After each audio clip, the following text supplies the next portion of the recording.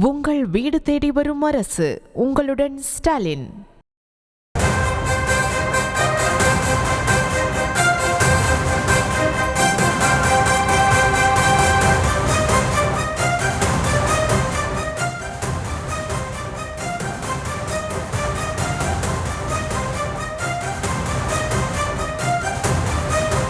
அண்மை செய்தி: வாக்கு திருட்டுக்கு எதிரான போராட்டத்தை பீகாரில் இருந்து தொடங்குகிறோம் என ராகுல் கூறியிருக்கிறார். அது குறித்த ஒரு அண்மை செய்தியை தற்போது பார்த்து வருகிறோம். மேலும் விவரங்களோடு இணைகிறார் செய்தியாளர் ராஜேஷ்.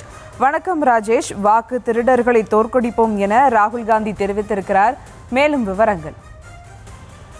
சுபா வணக்கம். ராகுல் காந்தி தன்னுடைய எக்ஸ் வலைதள பக்கத்தில் பதிவு ஒன்றை வெளியிட்டிருக்கிறார். அதில் வாக்கு திருடர்களை தோற்கடிப்போம் என்று அவர் குறிப்பிட்டிருக்கிறார். வாக்கு திருட்டுக்கு எதிரான போராட்டத்தை பீகாரில் இருந்து தொடங்குவோம் என்றும் அவர் தங்களுடைய கட்சி தொண்டர்களுக்கும் கூட்டணி கட்சி தொண்டர்களுக்கும் அழைப்பு விடுத்திருக்கின்றார். வரக்கூடிய 17ஆம் தேதி பீகாரிலிருந்து தான் பேரணி செல்ல இருப்பதாகவும், எனவே இந்த வாக்கு திருட்டு விவகாரத்தை தேசிய அளவில் ஒரு மிகப்பெரிய பிரச்சாரமாக கொண்டு செல்ல இருப்பதாகவும் ராகுல் காந்தி தெரிவித்திருக்கிறார். ஒருவருக்கு ஒரு வாக்கு என்ற நோக்கத்தை நிறைவேற்றுவதற்கான ஒரு ஆரம்ப புள்ளியாக இந்த போராட்டம் இருக்கும் என்றும், தொடர்ந்து தேர்தல் ஆணையம் ஜனநாயக ரீதியில் செயல்படாமல், நேர்மையாக செயல்படாமல் பாஜகவிற்கு ஆதரவாக செயல்படுவதாக காங்கிரஸ் உள்ளிட்ட பல்வேறு எதிர்க்கட்சிகள் குற்றச்சாட்டை முன்வைத்து வருகின்றன. இந்த நிலையில் ராகுல் காந்தி சமீபத்தில் பற்ற வைத்த அந்த தீ நாடு முழுவதும் கொழுந்துவிட்டு எரிய ஆரம்பித்திருக்கிறது.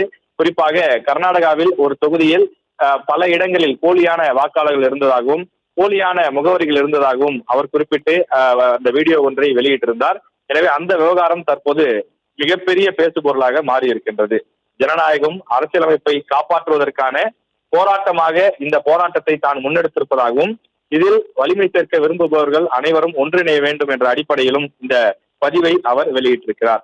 இந்த முறை வாக்கு திருடர்களை தோற்கடிப்போம் என்றும் ராகுல் காந்தி தன்னுடைய பதிவிலே அவர் வெளிப்படையாக தெரிவித்திருக்கிறார்.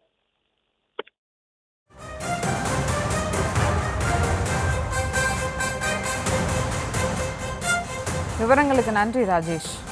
உங்கள் வீடு தேடி வரும் அரசு. உங்களுடன் ஸ்டாலின்.